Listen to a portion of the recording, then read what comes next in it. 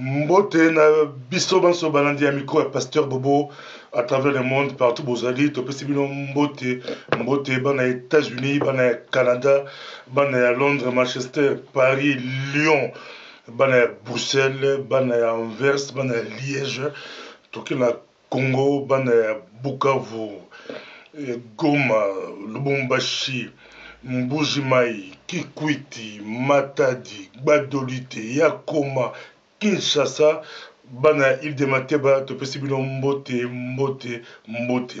Lelo toza lisusu na Pasteur Aimé alim to représenter pote bobengi ebele bo sepeli na ba passage na ye na micro Pasteur Bobo, ba analyse na ye, toza na Pasteur Aimé na biso lelo, Pasteur Aimé mbote.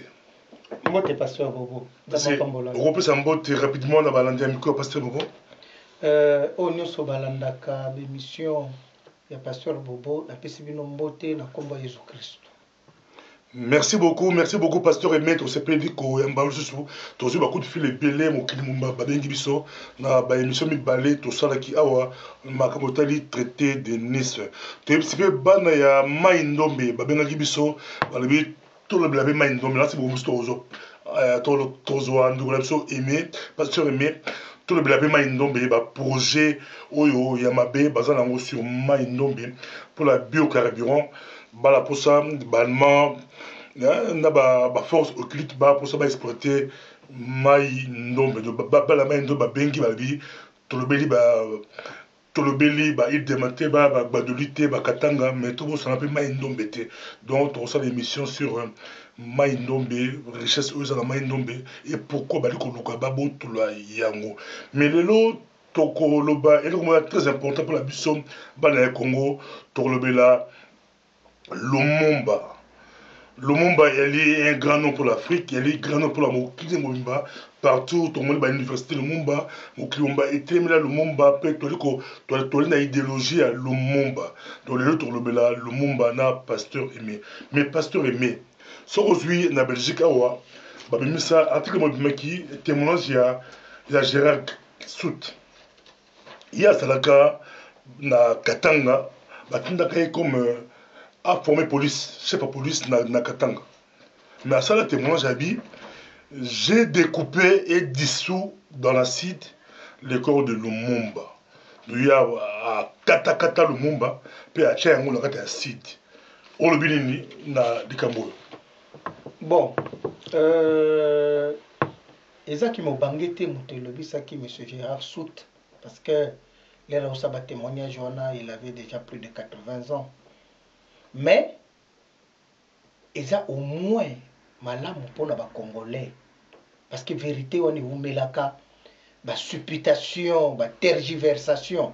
Mais mutu oya tchaka ina sid aye komona na ye moko lobby a témoigner à en Belgique. Mais ils ont kama mawa. Lumumba akindo kufa ndengo wana. Ils ont kama sengo parce que au moins mutu asalaki makam parmi bato ba exécutant mutu amonanaki. Donc les loyo tokoki koloba clairement que liwa ya Belgique liwa ya Lumumba et utaki musika bato ba potana ba bunda ba sale nini mais ba puissance ba sale ki impliqué na kati ya masolo. Mais Belge moko Ludo de Witt ou Ludo de Witt a comment livre l'assassinat de Lumumba. Na kati nango exprès clairement que ba Belge n'était pas boma Lumumba. Et tout le monde peut avoir des couilles, Sout, Gérard Sout, il n'est pas à témoigner qui officier soldat en Belgique, mon commandant, à Kinda, Boma Lumumba, il y a 4 bâtis dans le site. Mais Belgique, a Boma Lumumba, tu fais la Belgique. Belgique, il a pardon, non, il y a un procès en cours en Belgique. Parce que leur soute à ça qui témoignage rendu public et ningisaki batonioso même à niveau de chambre discussion et là qui et puis en 2011 famille il y a Lumumba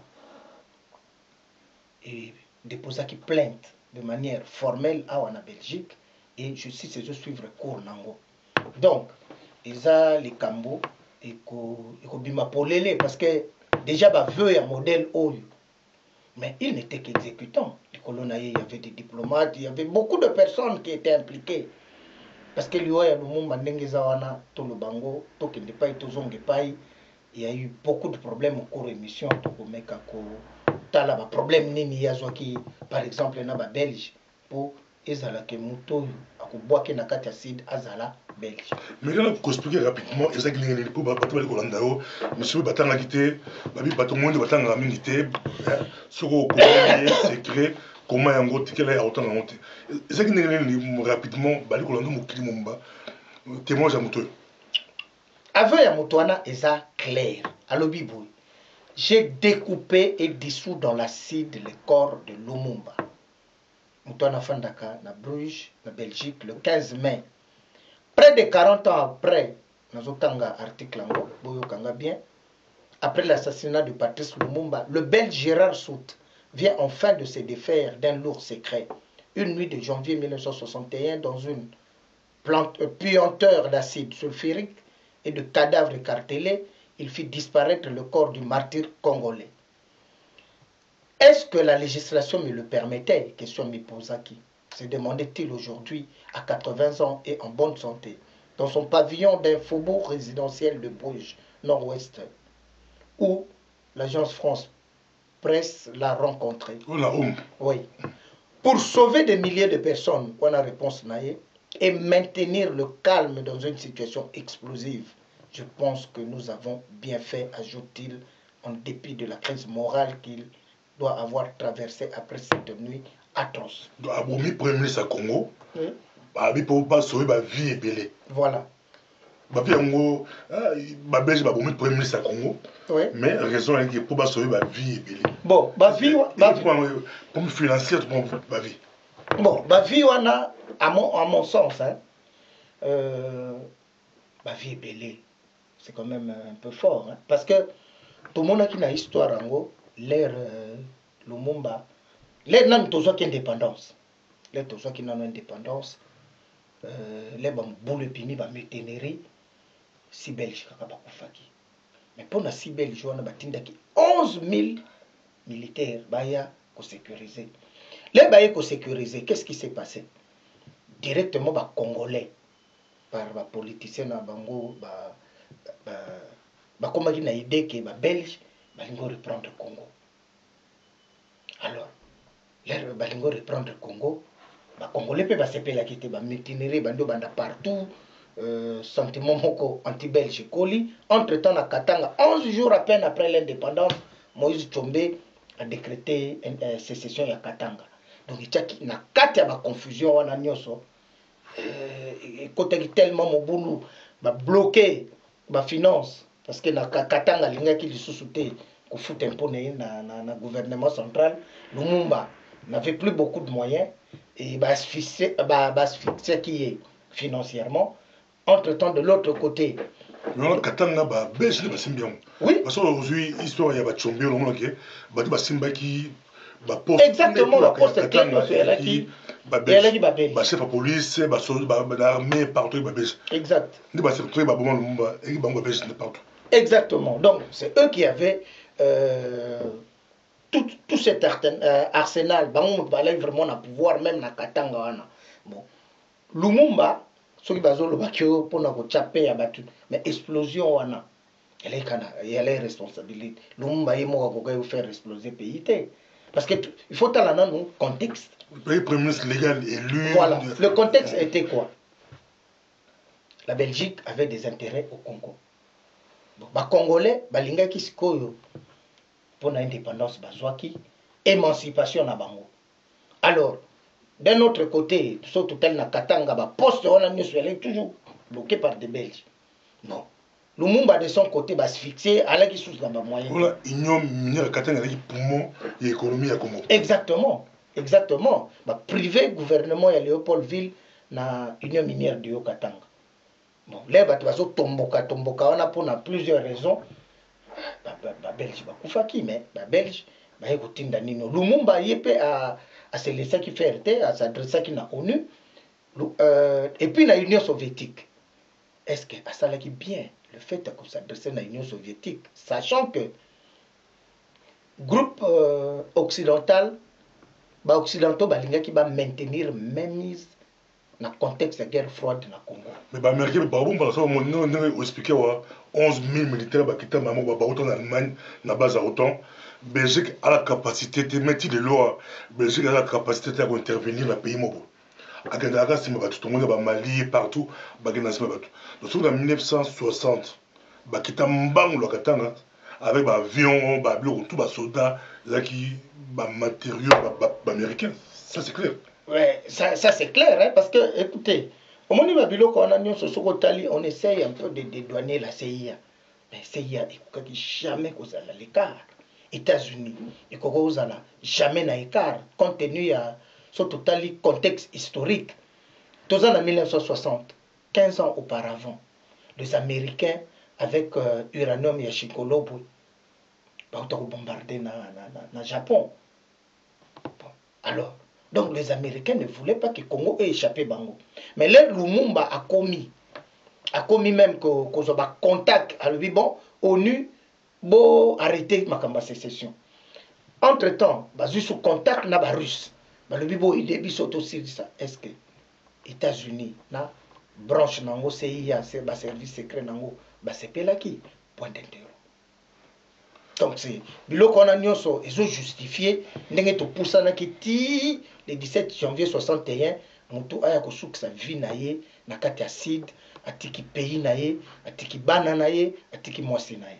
Tozongo na yango to bi que tango le monde bazo kufa wana na États-Unis et Eisenhower akomaki azaki président baote ko élire Kennedy donc akufi entre transition là il y a passage à pouvoir il y a Kennedy tu vois ça va stratégie là même Laurent Désiré Kabila apparemment akufa nous là oui c'est toujours président Mazo Kennedy président Moussa Zoya la transition là entre Bill Clinton ba Kabila kay Kabila père le drame pour la politique la biso l'Afrique il n'y a pas de prévision il n'y a pas d'analyse sérieuse mais bah pays on est les États-Unis il n'y a pas de hasard occidentaux hasard exact ils ont des calculs et bah calcul na bango ils sont basés sur leurs intérêts parce que sont totalement bien le bakodobo congolais tel motabom ça qui le momba congolais non on avait ni la mentalité ni la possibilité au Lumumba. Qu'est-ce qui s'est passé? Américains, on était dans une logique qui a colonisation. Alors, les Américains n'avaient pas de colonies en Afrique, hein, on les a sécrétés. Qu'est-ce qui s'est passé? Américains, les Européens, ok.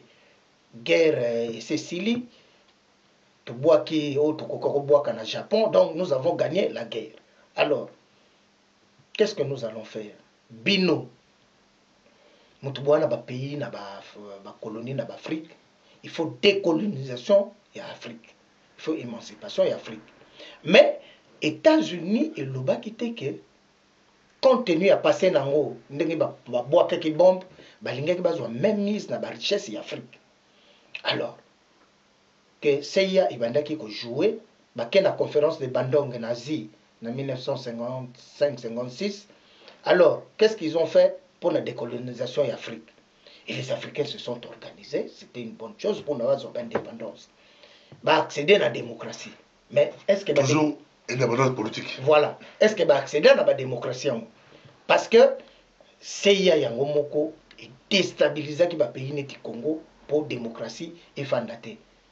Bato balaki croire na démocratie penza neti ba Lumumba, on connaît la suite.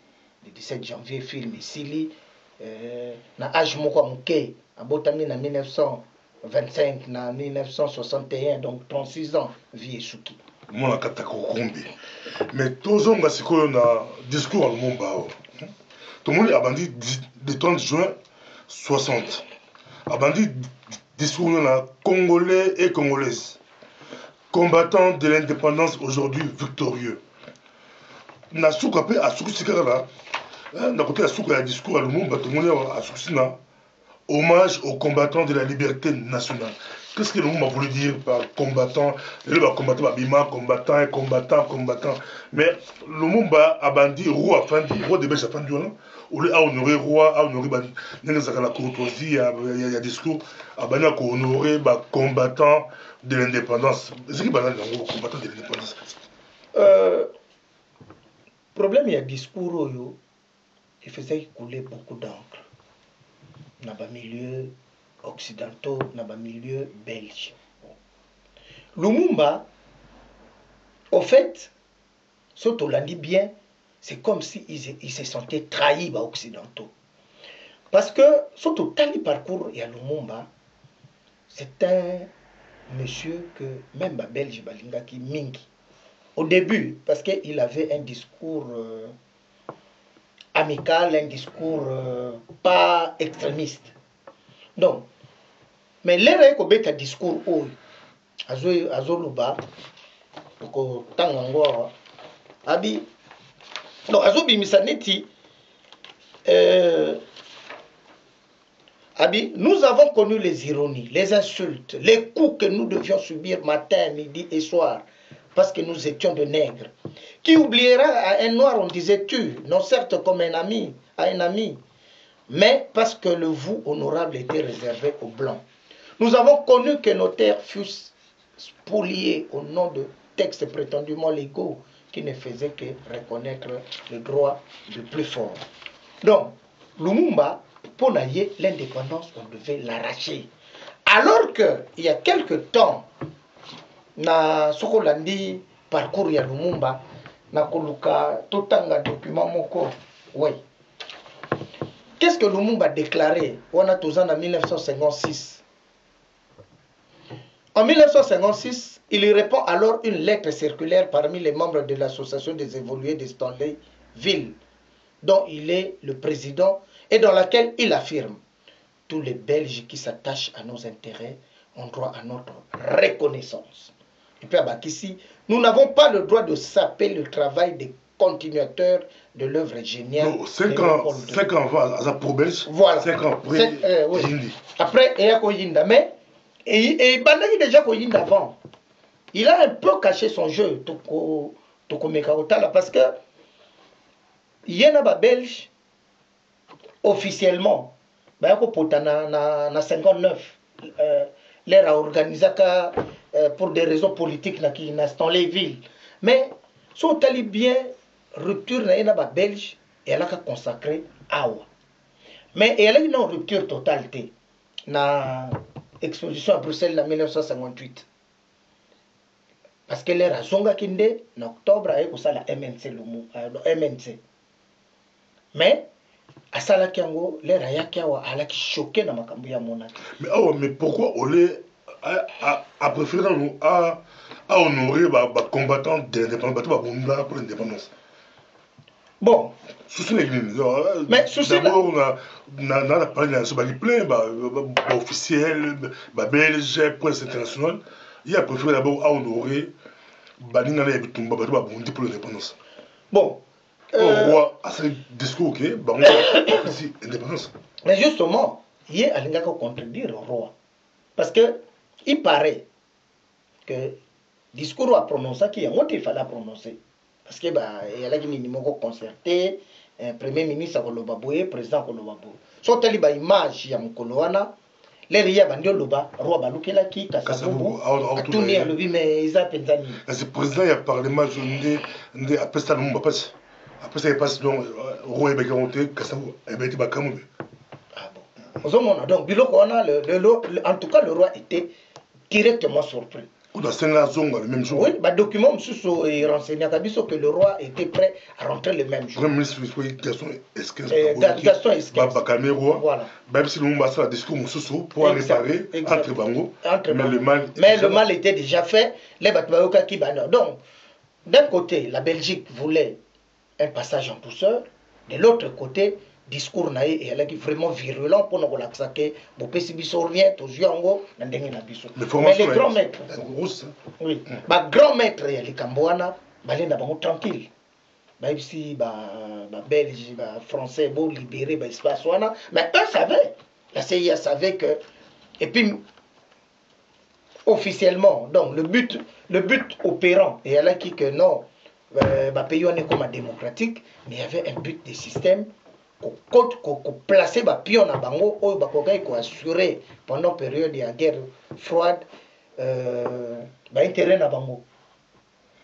Mais Lumumba, c'est quoi? C'est question de tout le cas. Lumumba, formation, à l'époque, bon, formation, pour. C'était comment? Bon, au moment papa, la vie, Lumumba c'était un autodidacte. Total renseignement, il est né en 1925 à Tangaka, d'abord dans l'école catholique à missionnaire, après il est protestant suédois, mais il était plus un autodidacte. Mais autant de livres d'histoire, selon autant de livres d'histoire, même sur la photo de l'eau, toute la génération, tout le monde pour l'Afrique, la bibliothèque est belle, mais les Africains, tout autant de temps. Au Bango, on a l'époque déjà, avec associé un beaucoup. Exactement. Il lisait, et puis, mais le premier voyage à Roi, na Roi de Belgique, en 1955, Roi a senga qui a coûté na Lumumba. Kutanaki naye basololaki sur situation sociale à Congo. Donc, voilà. Donc, Lumumba, il n'était pas n'importe qui. C'est un garçon, non, il n'a pas fait l'université, mais et le ce n'est pas seulement l'école. Pour nous pouvoir na mokili. L'élite, soit politique, élite de l'avoir, de pouvoir ou du savoir. Surtout ce qui est donc pour nous à l'élite, il y a 5 sources de pouvoir. Pouvoir à Liboso et à Laka, le rationnel légal, c'est-à-dire Mayele. Pouvoir à Mibale et à Laka dans l'État, l'expertise. Pouvoir à Misatu et à Laka, militantisme. Bisonyo Sotokola, Tomonaka, Bafineti Bansokoyo Baba. Paf, Mbalamo va nommer gouverneur, mais c'était un militant. Bon. Même la poto, tout le monde va Bérégovois. Mais oui, Bérégovois, ça l'a l'université. Qu'est-ce que c'est que les États-Unis? Mais oui. Or, Bérégovois. C'est un Mitterrand en France. Exactement, dans la France. Donc, dans le lobby, il y a 5 pouvoirs. 1, rationnel légal, Mayele, Tozokango na classe. 2, expérience, dans l'État. Ndenge ni ba place ka bougie na voiture, ndenge ni ba bona boy. 3, militantisme totangi, et puis la tradition. Oui, elle a des pères en fils. Mais 4e et 5e source et dernière source de pouvoir, et ça au Lumumba balek nango, le charisme. Lumumba. Charismatique. Non, c'était un chef charismatique. Donc c'est quelqu'un qui savait ce qu'a lobby boy la preuve. La preuve. Ce qui va bomaka Lumumba mbang. Pourquoi? L'herbe kangaka Lumumba. Mais partout ça bougeait, hein. Qu'ils aient salé qui pouvoir, à salé gouvernement dans les villes. Et puis, ce sont des gens charismatiques qui savaient parler directement à Zoki Bukavu. Tindi Batubabotoli Bukavu, on a séduit les gens, tout le monde était révolté contre l'arrestation de Lumumba. Baké Bakangi même Manon. Même 70% il y a territoire. Exactement. Bamoulele, Bamoulele, écoute, Bayaki n'a pas après. Après, on a. Bon, Babandeki déjà Kotomboka, mais. Bango bayaki sous kotomboka ti ba continuer qui lutte parce que le monde est mort. Moulaki ministre il y a l'éducation, il y a pour le gouvernement. Exactement. Donc ils étaient là. Donc batu tomboka na kati ya mboka parce que batangi chef. Les le comment ce qui mutakufia donc c'est normal, on a banalisé mais batu wana o batozolo balelo batanga ka troté, ils avaient un idéal. Ba iba ke loko balingi. Et puis, ce que la justice est allée, il revendiquait. Mais qu'est-ce que monsieur Ango, autorotourne un peu, tu as analysé, tu as pasteur aimé, Zamba Pambola Mingi, Azamuto Peza, analyse politique, Kasi Nagati en Mboka Belgique. Tout dans ce point où il dit que il est marqué le monde. Les leçons où a dit que Bunda pour Mboka Naïe, les Afrique, les partout, les Congo, ils allaient mourir pour la moto. Ils révolutionnaient la moto que non, Bana le long d'abandon Bunda pour Mboka Nanga. Il en est touché Lumumba, pour Lumumba, à comment Kobunda pour changer radicalement à Bunda pour la Congo. Lumumba, c'est quelqu'un... Un vrai combattant. Oui, Toto Lobango Awa, il voulait d'abord comprendre quelle est la situation. Lumumba, sur le plan professionnel, Moussala Libosa Salaka na Suède Kivu dans les mines. Kivu. Oui. Quand Kivu, tout le monde va Kivu, Kivu, Zoïnda, Lumumba, à Salaka. Exactement. Exactement. Alors, il a un peu assisté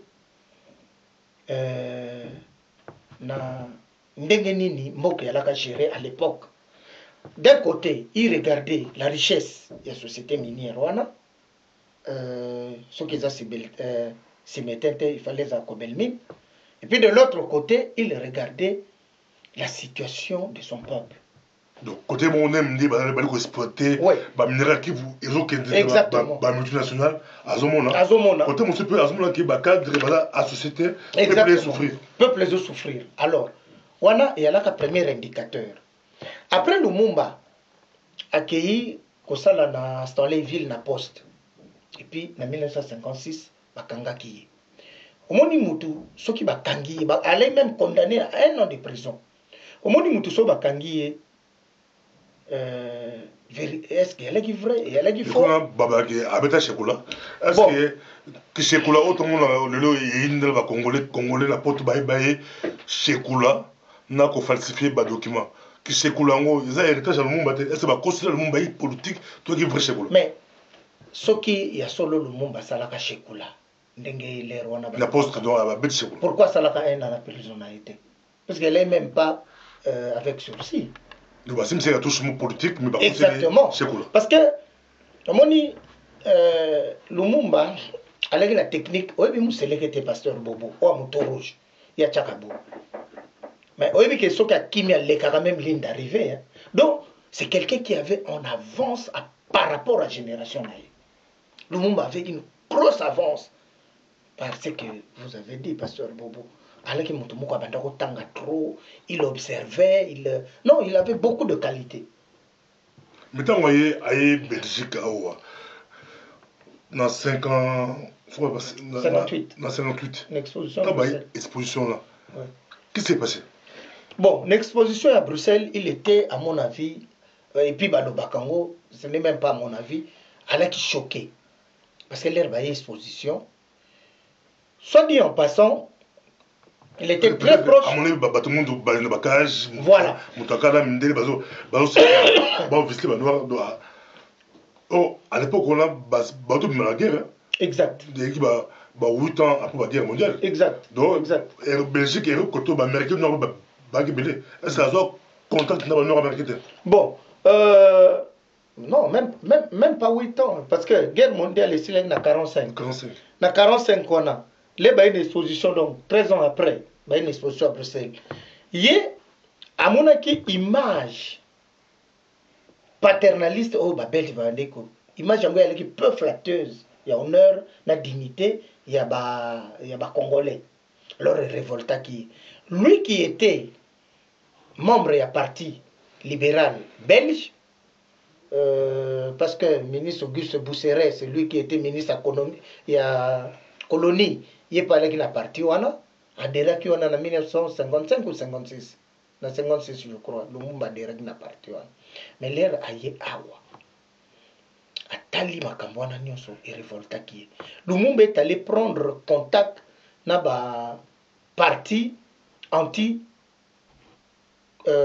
colonisation, donc ba parti contre colonisation. Alors, moni pardon, nyonso neza ba tache d'huile oui, il y a ça que la relation avec la Belgique et les relations quand même assez tumultueuses. Donc, il y a la Belgique et comme moi, mon boulot. Oui. Mais quand la zone la Congo, quand la zone a été 58, à Zongi, a créé MLC. Exact. L'air Zonga qui se en octobre, on a créé un mouvement national congolais. A créé en gros, et puis beaucoup de gens ont adhéré parce que Alaki Moutoumoko a ébaï Koloba. Donc, il faut convaincre, et puis, il est là qui clair. Mais conférence d'Accra, apparemment, agenda de Accra. C'est sûr. Akenda Kwame Nkrumah. Kwame Nkrumah. bakutanaki na bango la même année. Mais bah grand prêtre. Bakendeki na oui, bakendeki na Accra conférence à panafricanisme. Bakutani wana basololi. Africain bakutani basololi. Exactement. Balaki lelo Afrique beba parce que l'Africain n'a pas vraiment d'idéal.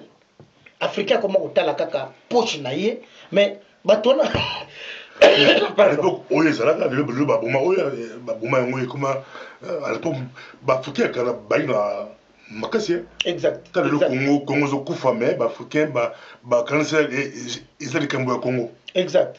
Or Kalawana les Lumumba ont lancé appel. Les raconte déjà n'a pas problème à se retrouver qui sous tes premiers ministres ba combat ya la ki mingi. Mais ba payer belé tchaki déjà poids ba le biso qui on ne sali rien biso to koya to bengana tozong sa ordre na katanga zomona mais lelo solidarité on ekufa lelo président nyonso sokaza en Afrique eloko azana ngo besoin asomba ba château na poto asomba ba ndako na poto azala na ba avion mais ba Kwame Nkrumah na ba père ba indépendance à Kala ils avaient un idéal là. So tali lelo na ba Sénégalais neti Senghor, ils avaient un idéal. Ba toana nyoso ba lumu, ils avaient un idéal. Ba Kasavubu, ils avaient un idéal. Ba ça la bloc. Exactement. Exactement. Mais na ba quand na bango il y avait batu balaki extrémistes comme toujours, batu msupe balaki ba modéré. Mais même au balaki modéré, balaki ferme parce que tout ce que totali même l'air bayaka awa na table ronde. Les Belges ont été très surpris. Bon, que les Congolais sont divisés. Parce qu'il y a des impulsifs, il y a des extrémistes, il y a aussi les modérés. Donc, il y a de Lumumba à la prison. Exactement. Quand on est à Kisangani, campagne politique à Kisangani, exactement. À côté de mais au touché point bien, Lumumba à la prison, les Belges ont organisé une table ronde dans la Belgique. Mais pourquoi il fallait Lumumba? Pourquoi Bazooké? Bon, au moins, MNC elle est proche, il y a deux courants belges. MNC à Salakiango, elle est proche, il y a des libéraux, et puis proche, il y a des sociaux-démocrates. Donc même les Rassalaki MLC, malgré ce qui va contact na ba anticolonialiste, mais abano ba Belge ba toujours na confiance. Ba libéraux ba Louis Michel, exactement. Ba Didier Renders, ba Jean Gaulle parti la président. Voilà. Mais bon, ils ont toujours été là parce que alors, c'est ce qui fait que Yesiko allait en prison. Banda bakanga qui est toujours Bakanga qui est en octobre 59. Bakangi est jugé en janvier. Le 21 janvier, condamné à côté de prison. Ok. Mais, awa na Belgique, sans, Belge na calcul na bango. Balay sûr que peut-être sans Lumumba, ou bien, Batouana balinga ko diviser bango sans problème. Exactement. Mais, bayakomona ki ba Congolais ba vraiment ki front moko elekela ki bato nyonso. Alors yango na ba Belge ba bimisa ki Lumumba Lumumba ya et c'est comme ça que Lumumba est sorti ayi kolanda na ba image ya bako ya mbila aéroport ba Kalonji bana exactement Kalonji arrêta quand à ça témoin j'avais que ngamu na ipo bato na senga Lumumba ya maintenant tu vois Lumumba bon succès tout équipe non mais elle a grande prémadesse. Non. Charisme. Non, c'était un chef charismatique. Hein. Et il avait un charisme naturel. Donc, présence c'est important. Exactement. Donc, même Babindele, même Batumundu, Babandé qu'on reconnaît que c'était un chef charismatique.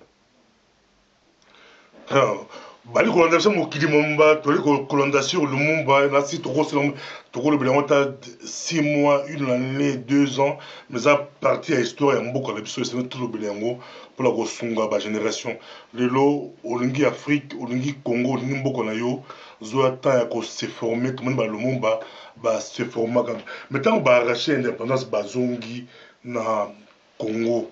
Ezaki esengo otangi discours à Lumumba le 30 juin. Mais ebebe suneli baga et comme Lumumba bakangi baké na ye na Katanga. Et comment suneli Pasteur Bobo, omoni par définition politique est un rapport de force entre ma coalition d'intérêts. Tolobi awa que dans le contexte il y a guerre froide. Dans le contexte il y a guerre froide, États-Unis a déjà pour gagner par le bombardement de Hiroshima en 1945, guerre Silaki. Mais la guerre froide était là. URSS d'un côté, chef de file, et puis États-Unis de l'autre côté, chef de file.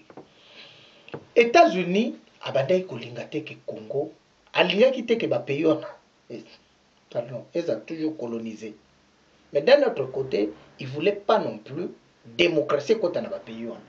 Parce que objectif États-Unis poursuivre qui la conférence à Bandung, elle est qui décolonisation, et pas la démocratie. Alors, tu vois comment on a que Batouana les Bazongaki, ils voulaient vraiment, tout côté qui peut une phase mokoto, installer démocratie. Mais les États-Unis avaient aussi ces pions, les États-Unis avaient aussi objectif. Au sein du gouvernement Lumumba, il y a 60. Comment dit ministre d'État qui gouvernement Lumumba Tozanango a. Et ça gouvernement Moko. On a 60. En 1960. Et puis, il a pris tout le parti. Donc, pardon, le problème n'était même pas interne. Sur le plan. Comme on dit 4 ministres d'État. Exactement. Il y a un ministre d'État. Donc, Paul Bolia, Georges. Oui. Yemokonanou, premier ministre. Et puis Antoine Kisenga, il y a Parti solidaire africain, Alaki, vice-premier ministre. Donc, Kisenga, vice-premier ministre. Oui. Et puis 4 ministres d'État, Paul Bolia, Georges Grenfell, Charles Kisolokele, il y a Bako, André Genge, il y a Puna. On a ma ministre d'État. Ma ministre d'État. Et puis, il y avait, je crois, 19 ministres, un truc comme ça. Alors, Naba ministre, il y a quelques grandes figures, affaires étrangères Bomboko. Toujours Bomboko. Oui. Affaires foncières, Alexandre Mahamba, au Bayaka au Pondrien en 1966. Mahamba, il pendu en 1966. Bamba, Kimba. Anani. Alors, Joseph Lotula, à la Capéwana en agriculture, tu es comme on a Pierre Moulele, éducation nationale et beaux-arts. Alors, Christophe Beignet, au Bayaka, c'est rebellé l'herbe. Mais c'est vrai rebelle. Oui, intérieur. Non, mais Batouana, il faut. C'est rebelle pour la. Non, c'est rebelle quand on a humilié le chef d'Abango. Ça, c'est normal. Maurice Mpolo. Au Baboma qui est dans Lumumba. Jeunesse et sport, oui. Voilà. Tout le monde a le sous Thomas Kanza. Thomas Kanza, là, ministre. Et puis, Albert Delvaux, il y a comment Futa Kizola. Azalaka. Voilà. Donc, ça, ce sont les quelques. Joseph Désiré Mobutu, allez, secrétaire d'État à la présidence. Et puis, bon, voilà. Voilà un peu plus ou moins le gouvernement total de la communion sauté, gouvernement Lumumba. Mais, Bakar Lumumba. Comment? Bakar Lumumba, tu as Bakangi. Oui. C'est que Bakar Lumumba, non. Lumumba Bayako Kangaye. Bonjour. Lumumba Bayako Kangaye, à l'époque, il y a commissaire généraux. Donc, après le gouvernement, il y a Lumumba. Après le gouvernement de Lumumba, il s'est passé quelque chose en septembre 1960. On a conflit entre eux et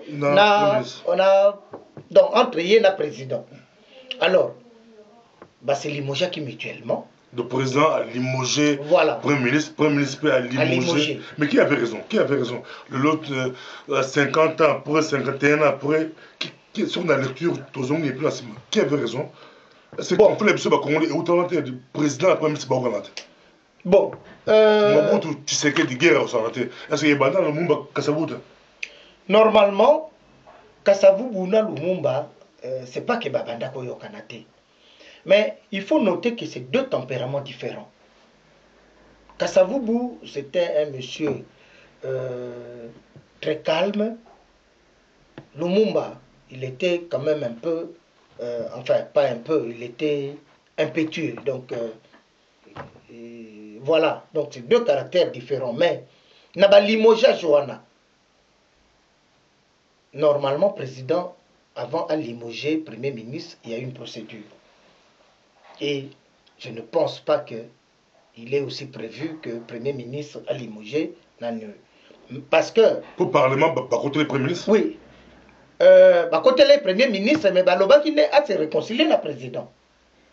Parce que ce qu'on l'a dit, Makambongo, le 12 septembre, on a déjà.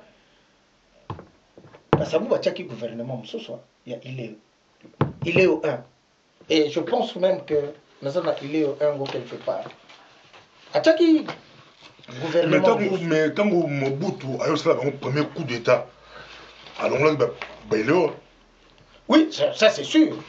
Ça c'est sûr, parce que Mobutu, commissaire généraux. Oui, Mobutu Akamataki a neutralisé na Kasavubu, na il est mais subtilement il faisait croire toujours à Kasavubu que non, viens Nazanayo, parce que bon, Mobutu il joue avec. Enfin, est-ce que ils ont une stratégie à CIAT, Balingagite, Kasavubu, Astima, Makila, le monde pour bâtir la transition, Mobutu, Kasavubu, va parler, Mobutu, le monde va couper la période de là, il va commissaire généraux. Et que les lots encore, battus sur opposants ou adversaires politiques, et Tshisekedi, que lui aussi, il a participé parce qu'il est membre des commissaires généraux. Est-ce qu'on a des commissaires généraux? Commissaires généraux, gouvernement de Lumumba, attendez. Oui, collège de commissaires généraux. Tshisekedi est là. Oui, mais Tshisekedi, il était un adjoint. Il y a Liaou, si j'ai bonne mémoire, la justice. Ouais. Marcel Liaou allait qui commissaire, donc on les appelait les commissaires, allait parmi les commissaires généraux. Tshisekedi, c'était un commissaire, c'est-à-dire un adjoint. Il y a commissaire général, il y a justice, donc Marcel Liaou. Plus tard, mais pourquoi Bato Tshisekedi était là, sous guerre, là-bas, débattre la conférence nationale et Bima Kamboyo, que Tshisekedi a participé dans Kubu Karama Lumumba ou à peu. Mais attention, pasteur Bobo. La conférence, c'était comment? La conférence nationale, il y avait Tolanda Bissonio son témoignage à Victor Nendaka. Chef de sécurité. Exactement. Exactement. Agent secret. Amata. Amata la tribune. Parce qu'en 1960, il était responsable de la sécurité. Il est monté dans la tribune et à CNS, Conférence nationale souveraine. Et puis il a déclaré que Tshisekedi n'était impliqué ni de loin ni de près dans l'assassinat à Lumumba. Ça, il avait dit. Donc, Nendaka a clairement que Tshisekedi n'a rien à voir avec. Non, il avait dit. Il avait dit. Donc, c'est un faux débat, là. Non, c'est un faux débat. Hein, parce que Mouto Penza, là, qui n'a four, n'a moulin, le chef de la sûreté de l'État a dit que non, il n'est pas impliqué. Donc, nous pensons que nous devons croire en lui. Donc, mais les commissaires généraux, on dit Bakangi, le monde. Dans ce temps, Lumumba a créé la période d'avant.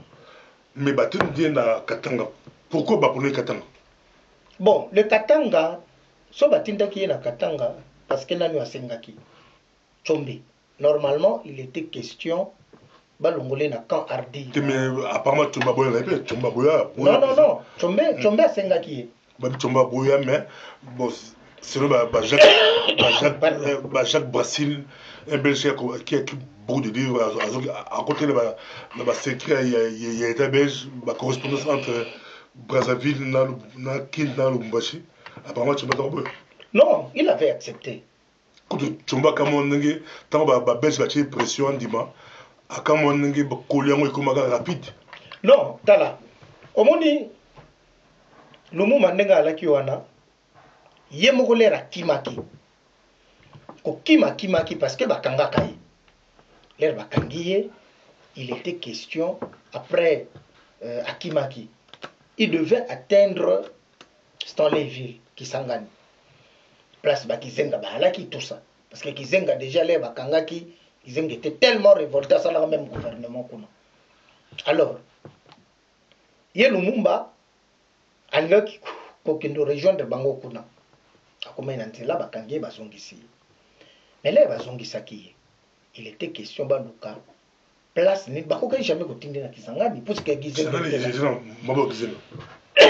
pardon donc il fallait batinde soit na Kasai oui mais Kalo Jaboya qui fallait aller pas Kalo Jaboya bon soit bakokai kotinde na Kasai bakokai kotinde na Katanga bon nani aboyaki Kalonja boyi mais Tshombe akimaki Tshombe il avait accepté ils ont même na document mais on perd le temps tellement na location ba document ou ah moi si to ça sur émission mosusu voilà tu as vu que Tshombe asenga pe Tshombe asenga que non ngala ko solo mais bo pe sanga pe sendwe na si to ko sala sur émission mosusu ba landi micro pasteur bobo to se peni mingi na ndo ko kende peut-être okoloba moi phrase à souka to pe sa mbote to continuer partie de ce qui posait très important, très intéressant. Voilà. Donc, toyebake eloko bomisaki mingi ndeko na biso ezalaki ba conflit d'intérêt. Donc d'un côté sur le plan extérieur, il y avait la CIA et puis la Belgique. Et puis sur le plan interne, le type il était tellement charismatique que mutsokazana charisme modèle oyalaki nango, alingaki toujours kozana binemi. Alors, les gens qui étaient à l'intérieur dépendaient toujours des gens de l'extérieur. Donc, ils ne pouvaient pas refuser. Mais, et là, quand on remarqua, et les politiciens ne tenir compte nango, tina ya ko sacrifier baningezate parce que tilelo le waya lumumba to futa kango toujours. Bandeko na ye basepelaka na makambo wana te batombokaka bamulele bagbenye basomialo et puis et déstabiliser biso tilelo politiquement. Tout se retrouvera toujours des problèmes en Wélandaka biso toujours nzamba pambola batu nyonso apambola pasteur Bobo oyo a permettre to sukiwana to pesi mbote na Augustin Mayele na notre sœur Viviane Manzumba bozi mbote na bino yangwana na pesi mbote na bana Manchester Benjamin Okenge na Jean Satin Barli Bara ozi mbote na yangwana Olandi pasteur Aimé au sepelaka mingi na ba analyse ya pasteur Aimé Yombo Jean-Marc na Nantes na pesi Yombote Francis Ndanou na Arlen Chakola Denderle to pesi bana États-Unis Kams Kamonga na Canada na pesi Yombote mbote la bino ngola bozo ba mbote Patrick Moubo aux États-Unis na ozimbote na yo mbote to suki awa nzamba pambola bino na so ozola mbote suka mettre suki awa to continuer sur notre pasteur Aimé sur Makambo. Merci.